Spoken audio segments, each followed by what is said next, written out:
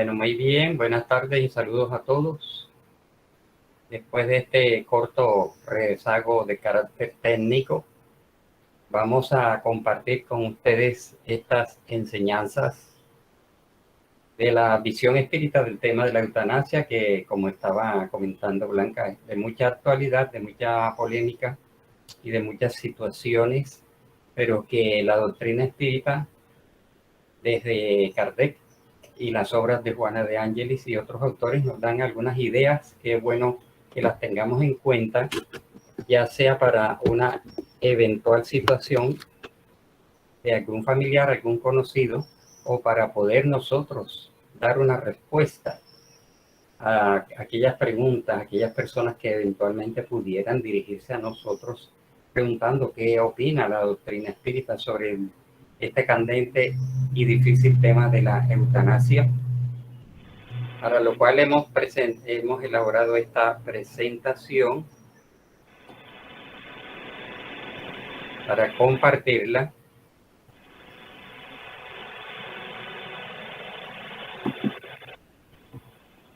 Y apoyarnos en estas láminas y en estos conceptos importantes.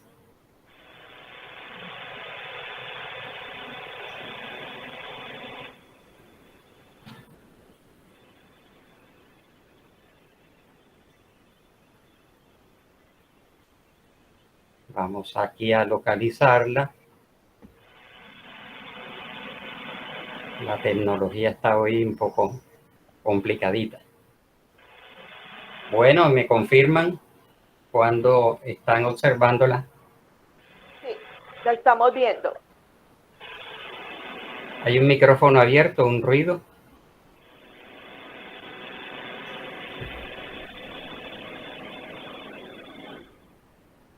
Bueno, muy bien. Bueno, entonces, visión espírita de la eutanasia.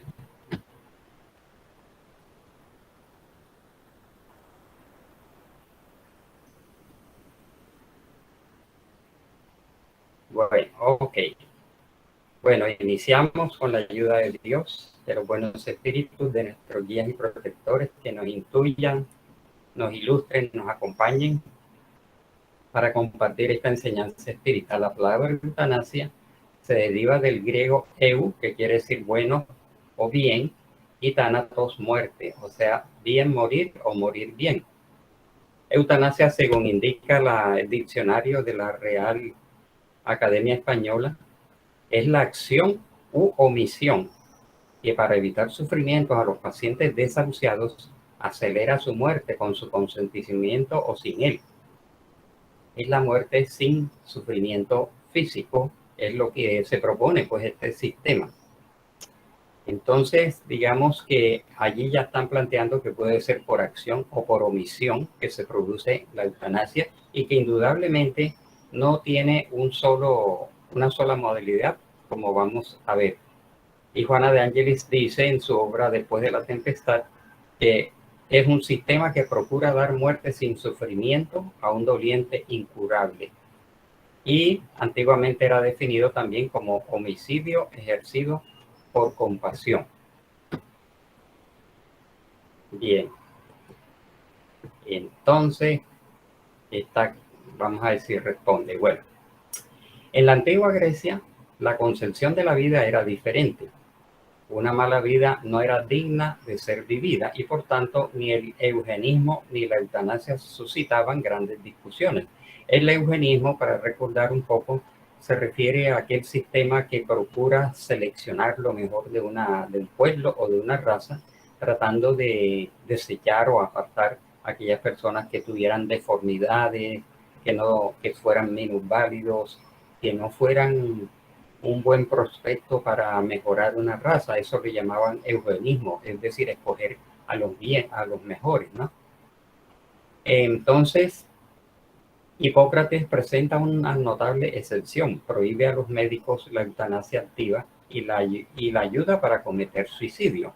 Que en síntesis lo que estamos viendo hoy en día es que lo que se está llamando eutanasia no es sino un suicidio asistido.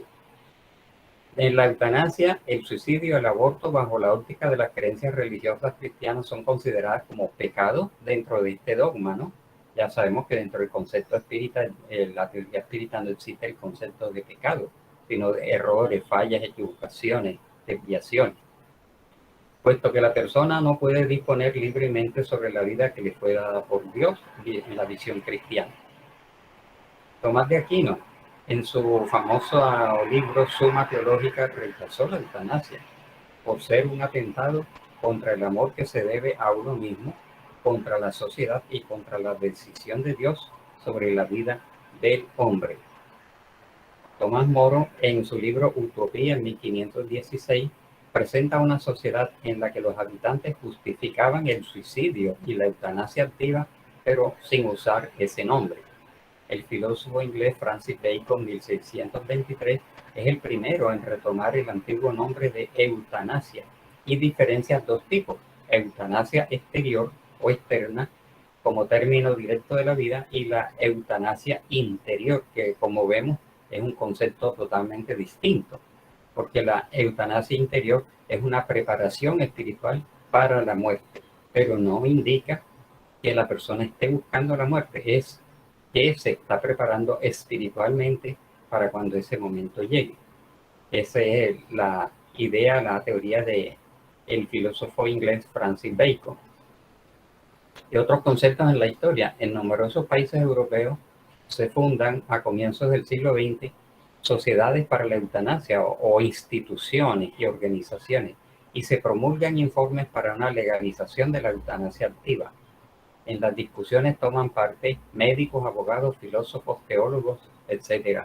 Y hoy en día, pues, se han sumado sociólogos, terapistas, espiritualistas. Veamos, los médicos durante el régimen nazi hacían propaganda en favor de la eutanasia con argumentos tales como la indignidad de ciertas vidas que eran, según aquella propaganda, merecedoras de compasión, es decir, consideraban que ciertos individuos, por sus condiciones, inferioridad, limitación, minusvalía, etc., no merecían vivir, ¿no? Y que había que ejercer con ellos compasión para conseguir así una opinión pública favorable a la eliminación que se estaba haciendo de enfermos considerados minusválidos, débiles, según los criterios médicos. Pero, ¿qué es entonces la eutanasia? ¿Por qué se ejerce? ¿Por compasión? ¿Es considerado un pecado, un crimen? ¿Es un derecho, como dicen muchos? ¿O es ignorancia? ¿Y cuáles son las motivaciones de la eutanasia? ¿Se hace por amor, por piedad, por egoísmo, por orgullo o por dinero? Vamos a ir viendo todas esas variantes.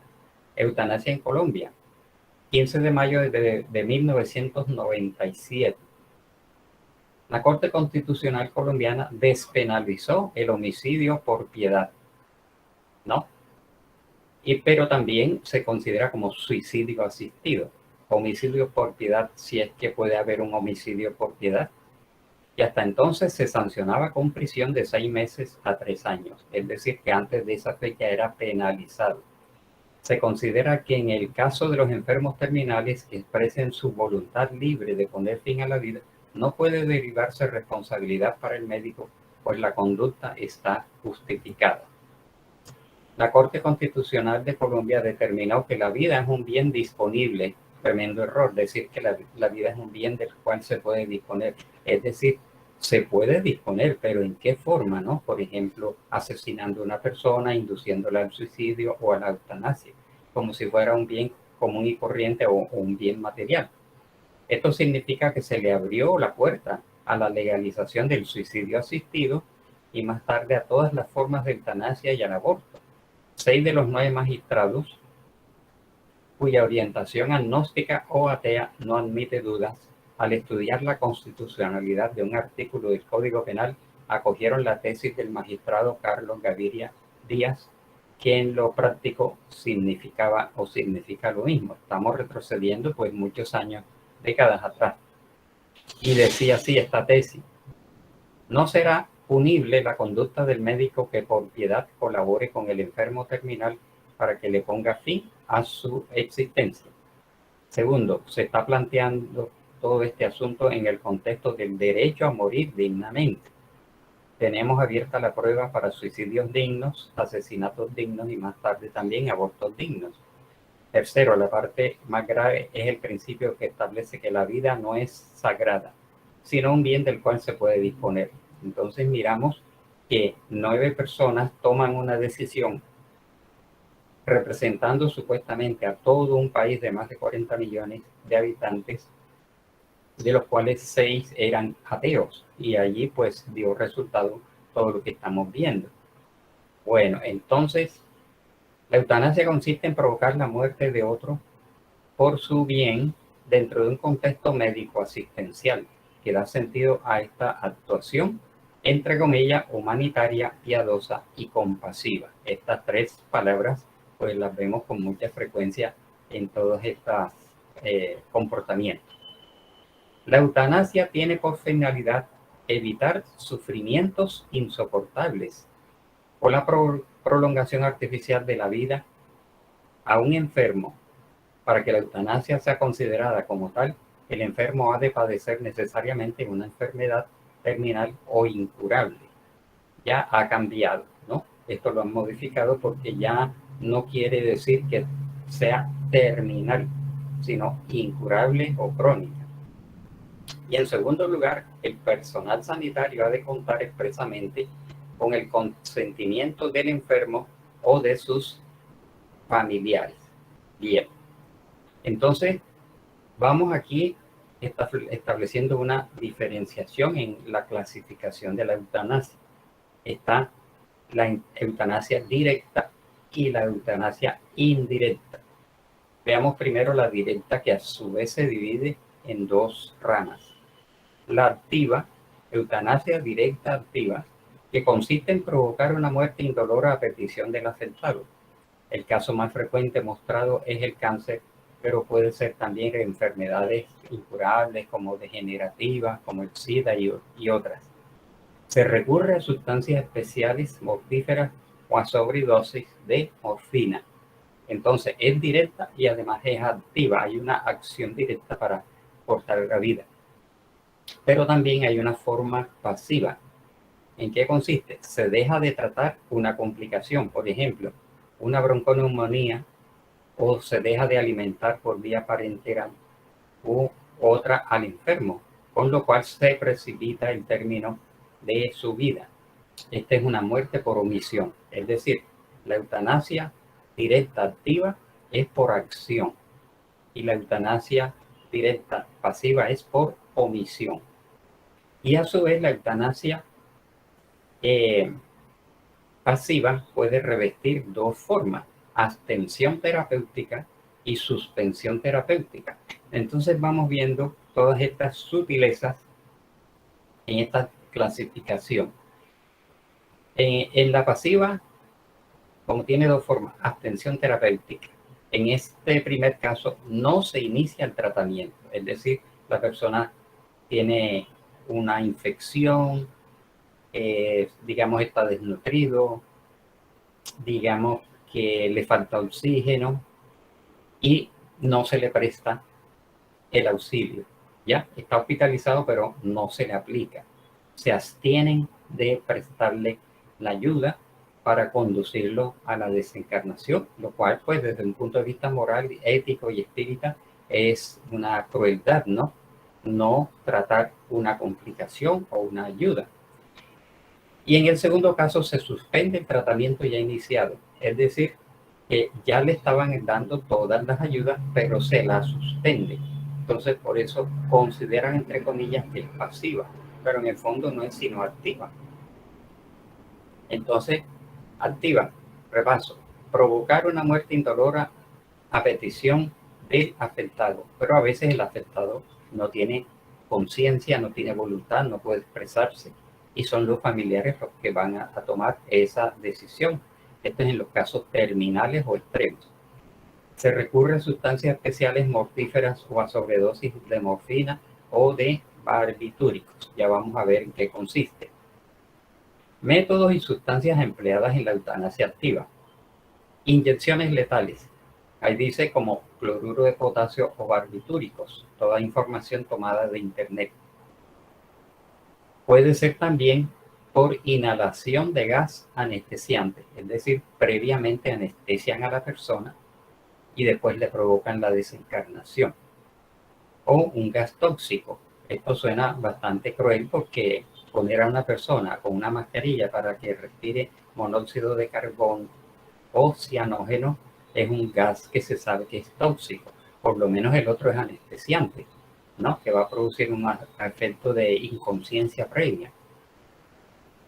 O también por vía oral. Y si el paciente no puede tomar el vasito de barbitúricos que se va a tomar él mismo por su voluntad, pero ya hubo un médico que se lo preparó y se lo entregó, y puede tener una sonda nasogástrica, entonces le inyectan por allí para que llegue al estómago y surta los efectos.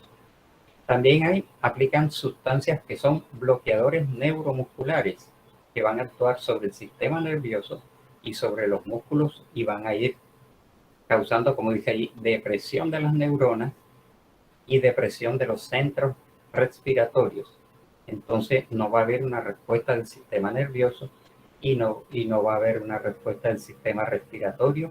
Debe ser muy desesperante esto para el paciente a menos que esté anestesiado. Y producen inducción al paro cardíaco. Entonces siguen la siguiente secuencia. Puede que esto se haya actualizado un poco más, ¿no? Primero dan una sustancia, son 3 sustancias básicamente. Una sustancia que va a sedar al paciente. Después otra sustancia que lo van a someter a la inconsciencia, porque una cosa es estar sedado, pero no inconsciente. Entonces, sedación, inconsciencia y por último una sustancia que le va a producir un paro cardíaco. Habría que esperar o interrogar a un espíritu al quien le hayan aplicado esto, porque supuestamente si ya está sedado y si ya está inconsciente, él no va a sentir ese paro cardíaco, pero nadie ha regresado para decir si lo sintió o no lo sintió. Entonces, vemos aquí esta secuencia y todo lo que se está aplicando. Y ahora pasamos a la pasiva, ¿no? Aquella era activa. Puede revestir 2 formas, como dijimos. Esta lámina es un repaso. Abstención terapéutica y suspensión terapéutica. Se deja de tratar una complicación, por ejemplo, una bronconeumonía, o de alimentar por vía parenteral, u otro al enfermo, por lo cual se precipita el término de la vida. Y es una muerte por omisión. Allí, pues antes veíamos este caso de Terri Schiavo y otros que la prensa en el siglo XX, el siglo pasado, y a lo largo de todo el tiempo han ido presentando casos muy sorprendentes. Ahora, la indirecta. Ya habíamos visto la directa, por acción o por omisión. Esta es indirecta. ¿Y por qué se llama indirecta? Consiste en efectuar procedimientos terapéuticos que, evitando sufrimientos insoportables al paciente, tienen como efecto secundario la muerte. Es decir, digamos el caso de la morfina. La persona sufre mucho por los dolores de un cáncer o de otra situación. Le aplican unos procedimientos terapéuticos para que no sufra, no sienta dolor, pero en el fondo saben que esa sustancia en exceso va a tener un efecto secundario que es la muerte. Por ejemplo, la sobredosis de analgésicos quitan el dolor, como es el caso de la morfina para calmar los dolores, cuyo efecto agregado, como se sabe, es la disminución de la conciencia y casi siempre una abreviación de la vida. Aquí la intención sin duda no es acortar la vida, sino abreviar el sufrimiento. Y lo otro es una consecuencia no deseada. Pero en estas definiciones que estamos viendo aquí de la eutanasia indirecta, en el fondo hay un engaño. Termina en el fondo siendo directa. ¿Por qué? Porque el pretexto es que le están quitando los dolores al paciente. E indudablemente uno tiene que ponerse en el lugar de aquellos familiares que tienen esta situación o en el lugar del paciente que tienen sufrimientos insoportables y que le tienen que aplicar sobredosis de morfina y llega un momento en que ya no le hace ningún efecto, pero de tanto aplicarle, eso va a tener un efecto agregado que lo va a asumir en la inconsciencia y lo puede inducir a, digamos, un paro cardíaco o un paro respiratorio, ¿no? Entonces, lo otro es una consecuencia no deseada, pero en el fondo se sabe que sí lo va a producir. Ahora vamos a entrar entonces en la clasificación de 4 formas de llamada eutanasia. ¿Por qué? Porque las noticias que se están comentando de estos casos recientes en nuestro país no tienen en cuenta todas estas sutilezas y estas 4 principales formas de eutanasia. Veamos. Hay una que se llama distanasia, esto tomado de internet. La distanasia en el fondo es lo contrario de la eutanasia. Consiste en un encarnizamiento o ensañamiento terapéutico, mediante el cual se procura posponer el momento de la muerte recurriendo a cualquier medio artificial, pese a que haya seguridad de que no hay opción alguna de recuperar la salud, con el fin de prolongar la vida del enfermo a toda costa, llegando a la muerte en condiciones inhumanas, ¿no? Entonces aquí sí hay una indignidad, porque exageran la aplicación de respiradores artificiales, sondas nasogástricas, líquidos intravenosos, sonda urinaria y miles otras de cosas para no dejar que el paciente desencarne, ¿no? Por eso llaman encarnizamiento o ensañamiento, o sea, se ensañan con mantener vivo al paciente porque los familiares insisten en mantenerlo encarnado vivo y pues es respetable todas estas decisiones, pero vamos viendo las consecuencias a toda costa, ¿no? Normalmente se hace según los deseos de otros, como los familiares y los médicos, y no según el verdadero bien o interés del paciente, pues que ya no se pertenece, no puede decir nada, está inconsciente, puede estar incluso en estado de desdoblamiento provocado, no puede decir nada. Y de pronto el propio paciente, en punto de vista espiritual, su espíritu de pronto está queriendo irse, pero no lo dejan, ¿no? Esta es la distanasia, o sea, distraer y alejar el momento de la desencarnación. Nos detenemos un momento para analizar casos que sucedieron en el siglo XX a pacientes a los cuales se les aplicó la distanasia durante largo tiempo hasta que finalmente decidieron desconectarle todas esas ayudas. ¿Y qué pasó? Unos desencarnaron y otros sorprendentemente no desencarnaron. Es más, hasta se recuperaron. Porque nadie sabe exactamente los designios de Dios, la ley de causa y efecto, las condiciones, los compromisos de cada uno de los pacientes, que no son sino espíritus encarnados que vienen a una expiación y a una prueba por un compromiso del pasado. Esa es la distanasia. Está el otro caso que fue aplicado, se dice, al Papa Juan Pablo II, que fue la ortotanasia. Orto, que significa alrededor, todas las ayudas que se hacen alrededor del paciente para ayudarlo. Consiste en dejar morir a tiempo sin emplear medios desproporcionados o extraordinarios.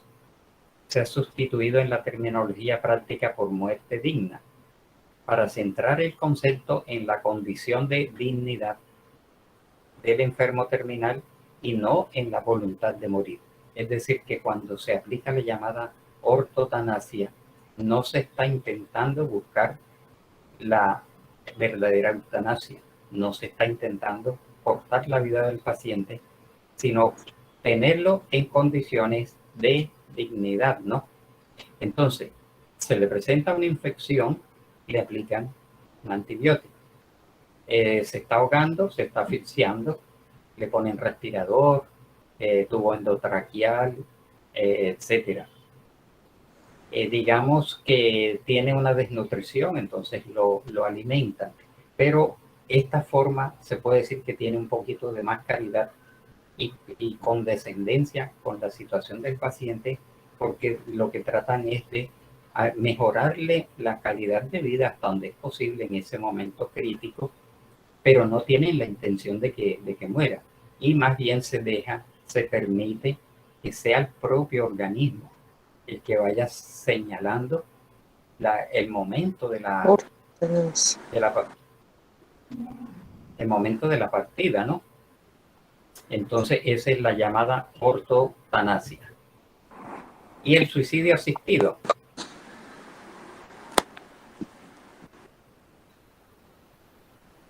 ¿En qué consiste el suicidio asistido? Significa proporcionar en forma intencional y con conocimiento a una persona los medios o procedimientos o ambos necesarios para suicidarse. Esto que llamamos aquí suicidio asistido es lo que se está discutiendo actualmente como eutanasia, pero estamos viendo que tiene distintas formas y con distintos propósitos, incluidos el asesoramiento sobre dosis letales. Entonces ahí ya hay una intención, hay una premeditación, porque están asesorando al paciente en cuanto al hecho de que hay una serie de medicamentos para que él comprenda, digamos, lo que le va a producir, los efectos, ¿no? Hay una prescripción, o sea, el médico da la orden, escribe la fórmula, lo reclaman en la farmacia, digamos, y su suministro se plantea como deseo de extinción de una muerte inminente, porque la vida ha perdido razón de ser o se ha hecho dolorosamente desesperante o se ha hecho insoportable. Entonces, de los dos casos que vimos, el de la señora no era insoportable, iba a llevar paulatinamente a una condición de limitaciones. En el segundo caso del señor que desencarnó en nuestro país, ya llevaba muchos años en una condición insoportable. En este caso es el paciente el que voluntaria y activamente termina con su vida. De aquí el concepto de suicidio. Pero en este caso, como habíamos comentado anteriormente, el paciente en este caso no tiene el valor para suicidarse.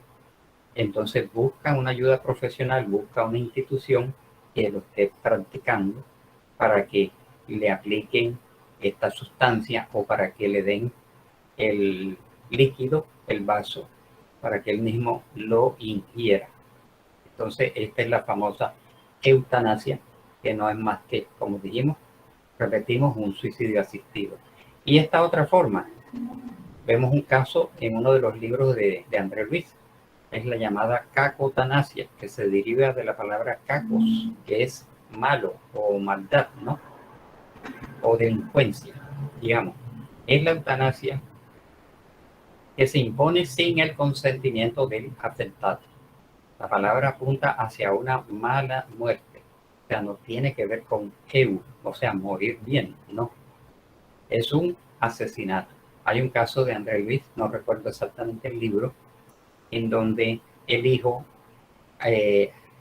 ambicionando una pronta herencia y queriendo ayudar en la salud de su padre, le aplica un fuerte anestésico. Con la ayuda de un profesional, lo anestesian y le producen la desencarnación. Ya entrando en el campo espiritual, ese paciente, cuando sale del cuerpo y llega al mundo espiritual, llega en un estado de catalepsia, completamente paralizado. Pero uno se pregunta, ¿y por qué se produce eso? Si acaso no le aplicaron esa sustancia anestésica fuerte en el cuerpo físico.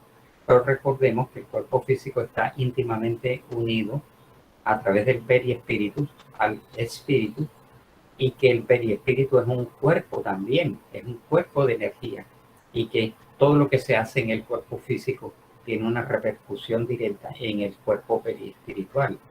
Y a su vez todo lo que pasa en el cuerpo periespiritual causa un efecto en el cuerpo físico. Por lo tanto, en este caso narrado espiritualmente, la catalepsia, la parálisis que se produjo en el cuerpo del paciente se reflejó en el periespíritu, produjo la desencarnación por paro cardíaco y el paciente pasó al mundo espiritual en un estado de parálisis en donde no se podía mover. Indudablemente después lo ayudarían a salir de ese estado y el espíritu se entera de que fue producido intencionalmente por su hijo por una ambición. Entonces vemos, por ejemplo, el famoso caso de Jack Kevorkian, ¿no?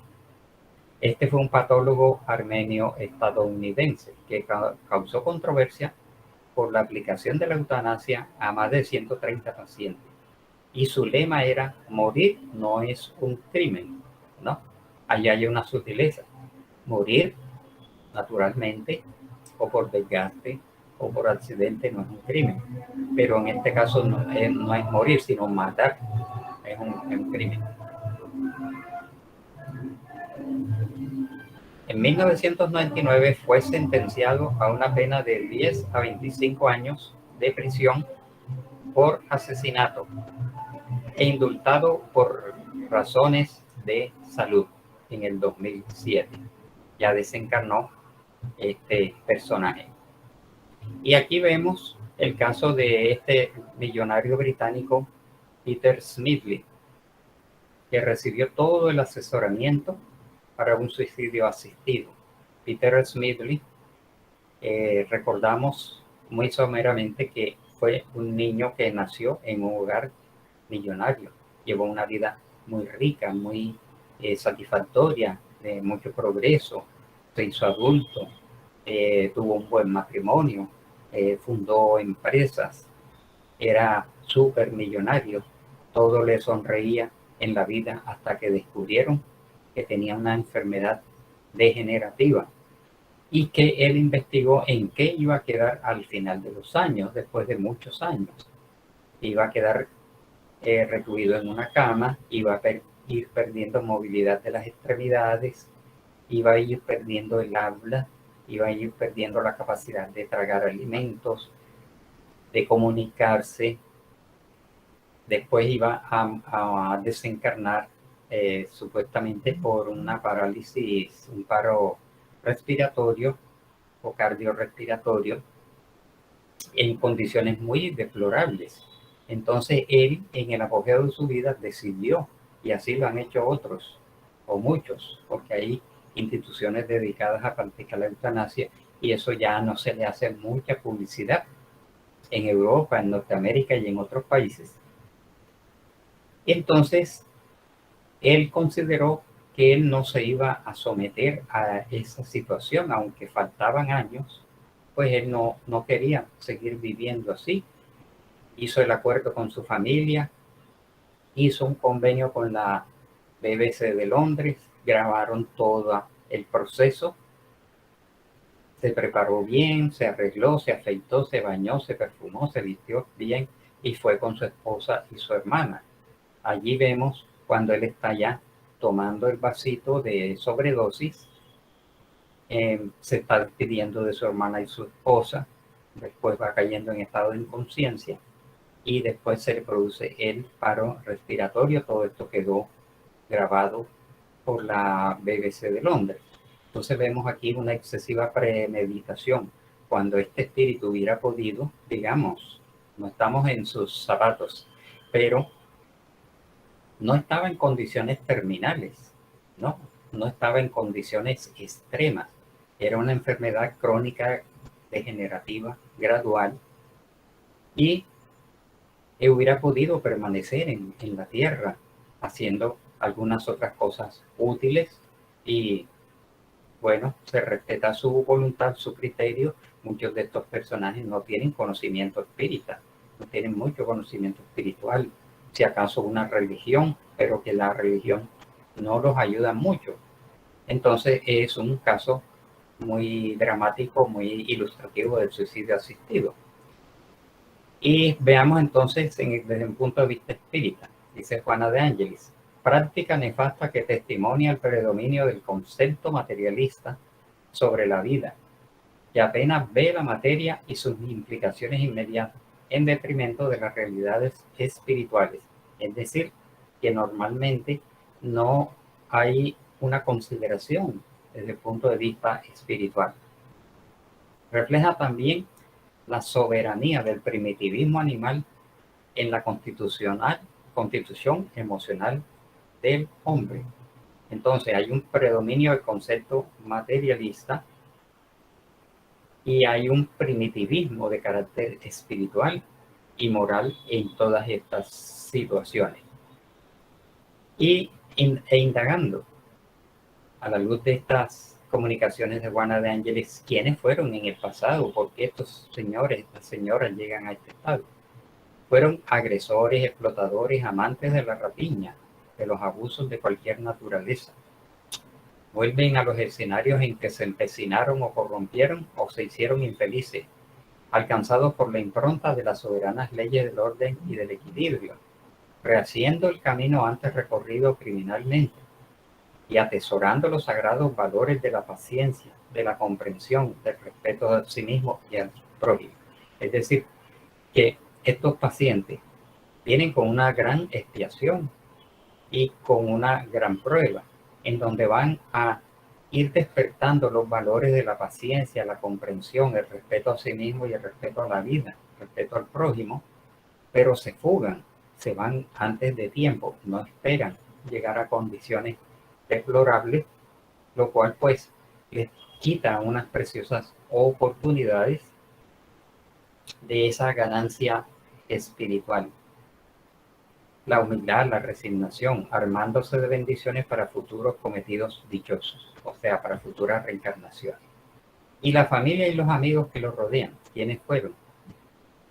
Las personas que se les vinculan en la condición de padres, cónyuges, hermanos, amigos, también fueron partícipes, ¿no?, de esos dramas y tragedias del pasado, responsables directos o inconscientes, que ahora se rehabilitan también, debiendo extenderle las manos generosas, el auxilio fraterno y por lo menos migajas de amor.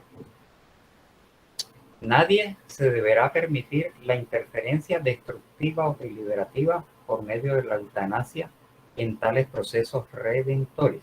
Es decir, que espiritualmente ellos venían a unos procesos redentores y que en últimas la ortotanasia, el dejar de morir a tiempo, el dejar que sea el organismo, la naturaleza la que decida, ellos prefieren evadirse de los dolores y de los sufrimientos. Personas que se dicen penalizadas por sufrimientos de familiares y que desean que les sean cesados, casi siempre actúan por egoísmo, presurosos de liberarse del compromiso o liberarse de la responsabilidad de ayudarlos, sustentarlos, amarlos más. ¿Por qué? Porque muchas veces ya los familiares se cansan, sienten vergüenza, sienten que están gastando mucho dinero cuando estas hospitalizaciones largas de 10 años, ha habido casos de hospitalizaciones de 7, 10 años, etcétera. Bien. Entonces, con respecto a estos misioneros de la medicina, dice así: en lo que atañe a los enfermos considerados irrecuperables, conviene considerar que dolencias ayer detestables como incurables son hoy capítulos superados por el triunfo de los hombres sacerdotes de la ciencia médica, que la ennoblecen con la contribución que sus vidas ofrecen en beneficio de la humanidad. Siempre hay pues la posibilidad de conseguir mañana la victoria sobre la enfermedad irreversible de hoy. Claro que hay situaciones en donde todavía no se ha alcanzado la curación a ciertas enfermedades que han llevado a estos pacientes, como esas enfermedades degenerativas, y que entonces en el momento pues no han llegado esos médicos, esos misioneros que van a venir, pero han venido para otras enfermedades. Diariamente para ese desiderato se sumergen en la carne espíritus misioneros que aprestan a aligerar e impulsar el progreso, realizando descubrimientos y conquistas superiores para la vida, fuente poderosa de esperanza y confort para los que sufren en nombre del Supremo Padre. Entonces, terapia divina. Vemos aquí el ejemplo vamos a leer el texto primero. Ante las expresiones teratológicas, al revés de la precipitación de la falsa piedad en aliviar a los pacientes de los sufrimientos, se ha de pensar en la terapéutica divina, que se sirve del presidio orgánico o de las jaulas mentales para ajusticiar, es decir, para que no es que Dios ajusticie, sino que de sus leyes divinas, la ley de justicia, amor y caridad, la ley de causa y efecto, es la que en realidad ajusticia, o sea, se recibe la consecuencia de lo que el paciente sembró en encarnaciones anteriores y que a veces vienen en esos presidios orgánicos o jaulas mentales que fueron infractores de variados matices que pasaron por la tierra impunes, inadvertidos, mas que no pudieron huir de las sanciones de la conciencia en falta ni de la legislación superior a la cual rogaron la enseñanza del comienzo. Es decir, que muchos de estos pacientes ruegan, como nos enseña André Luis, Manuel y Juana de Angeli y Filomeno de Miranda, que muchos de estos espíritus ruegan la reencarnación, ruegan la expiación y la prueba, pero que después, olvidando esas promesas y esos recuerdos del mundo espiritual, pues evaden y toman otra decisión, ¿no? A la cual rogaron la enseñanza del recomienzo, de la recuperación y de la sublimación, porque anhelaban la edificación de la paz íntima. El caso de Chantal Seviré es para tenerlo en mucha consideración, porque nadie se pudiera poner en el lugar de ella, esta mujer de Francia, digamos, llevaba una vida normal y de pronto empezó a sentir unos dolores en los ojos, unos dolores de cabeza, y descubrieron que tenía un tumor que se estaba formando detrás de los ojos, en un sitio bien complicado como podemos imaginar. Entonces luchó en su tiempo para que le aplicaran la eutanasia y no logró de los tribunales de Francia que la autorizaran, porque ellos consideraban que ella no era una paciente terminal, pero nadie se puede imaginar los terribles dolores y las deformidades que ella estaba padeciendo. Y después de tanta negativa, ella optó por conseguir estas sustancias y aplicárselas ella misma. Entonces fue un suicidio directo, ¿no? En ese caso. Entonces, la doctrina espírita no es castigadora, ¿no? Dice en el Evangelio, ¿acaso quien tiene clavada una espina no tiene derecho a sacársela? Nosotros como espíritas no podríamos decir que sufra todos los dolores y todas las deformidades terribles para que se cumpla la ley divina. Y nos dice el Evangelio, más bien busquemos qué podemos nosotros hacer para aliviar los dolores. Por supuesto que no estamos al alcance de estos pacientes, ¿no? Para brindarles una ayuda. Entonces, tampoco la doctrina espírita da sentencias o ha dado veredictos definitivos, porque vemos que cada paciente es distinto, cada paciente es diferente, hay muchas circunstancias. Y dice Juana de Ángelis, cada minuto en cualquier vida es por lo tanto precioso para el espíritu en rescate bendito. Cuántas resoluciones nobles, decisiones felices o actitudes desdichadas ocurren en un relámpago imprevistamente. Entonces nos preguntamos, ¿acaso la ortotanasia es la más compatible? Consiste en dejar morir a tiempo sin medios desproporcionados y extraordinarios, pero que no faltan las terapéuticas. Entonces esto lo podemos ver de la siguiente manera, leyendo esta lámina que viene aquí, que es la última. Palabras de Juana de Ángelis. Penetrándose el hombre de responsabilidad y caridad, iluminado por la fe religiosa, fundada en hechos de la inmortalidad, de la comunicabilidad y de la reencarnación, abominará definitivamente la eutanasia, es decir, el suicidio asistido en el fondo, ¿no? Intentando todo por cooperar con su hermano en los justos resarcimientos que la divina justicia le otorga para la conquista de la paz interior y de la evolución. Entonces, ante lo que la humanidad propone materialistamente en el campo ateo, consumista, de incredulidad y de ignorancia, la doctrina espírita propone la ley de justicia, amor y caridad. Entonces, así llegamos a varias conclusiones. Vamos a volver acá a la pantalla. Y por supuesto, este tema suscita muchas inquietudes, muchos interrogantes, como ha sucedido en otras exposiciones, personas que han expuesto casos de sus familiares. Se respetan las decisiones que tomaron o no tenían el conocimiento espírita, pero cada caso va a ser diferente. Y la pregunta de siempre, ¿qué hacer?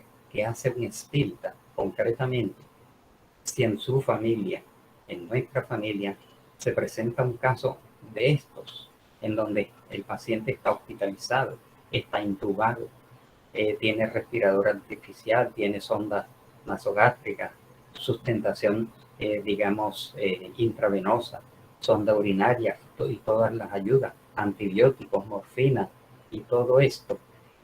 Los espíritus y Juana de Ángelis y otras obras nos dicen que no tomemos decisiones precipitadas ni a favor ni en contra, que oremos, que meditemos, que dejemos que la propia naturaleza, sin ese encarnizamiento terapéutico, sin aplicar la cacotanasia, sin recurrir exactamente al suicidio asistido, porque el mundo espiritual está viendo la situación, la conoce claramente y conoce las circunstancias que están detrás de todos estos casos, ¿no? De estas situaciones, el mundo espiritual visualiza.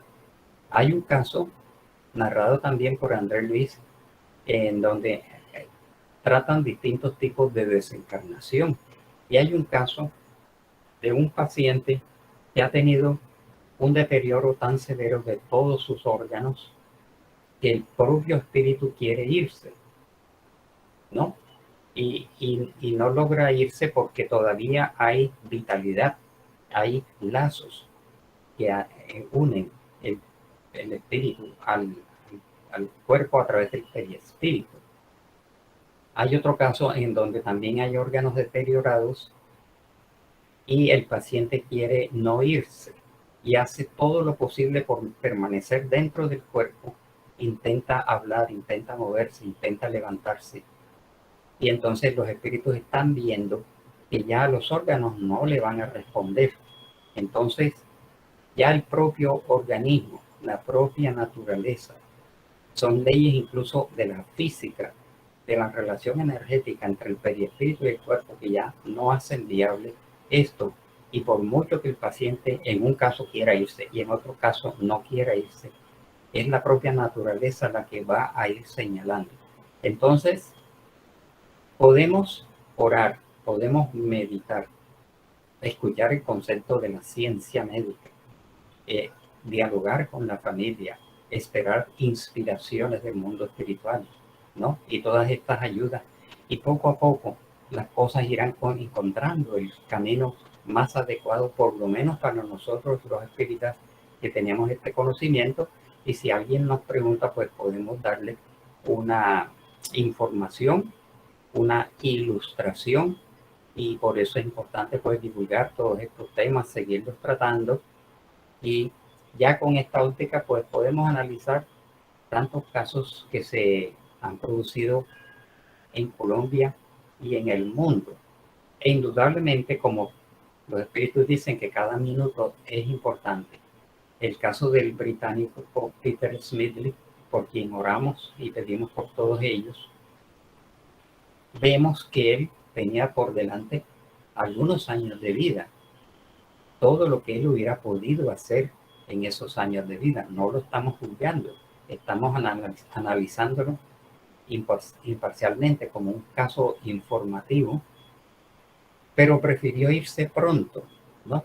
Y hay otros casos extremos que francamente incluso el espírita se queda sin palabras ante unos casos extremos que solamente le corresponde a la familia y al paciente, y nosotros debemos respetar pues todas esas decisiones. Entonces el espiritismo respeta todas esas decisiones, respeta las doctrinas, las creencias y los procedimientos, pero como espíritas sí tenemos el deber de informarnos en las obras espíritas y transmitir esa información. Concluimos entonces la clase de hoy.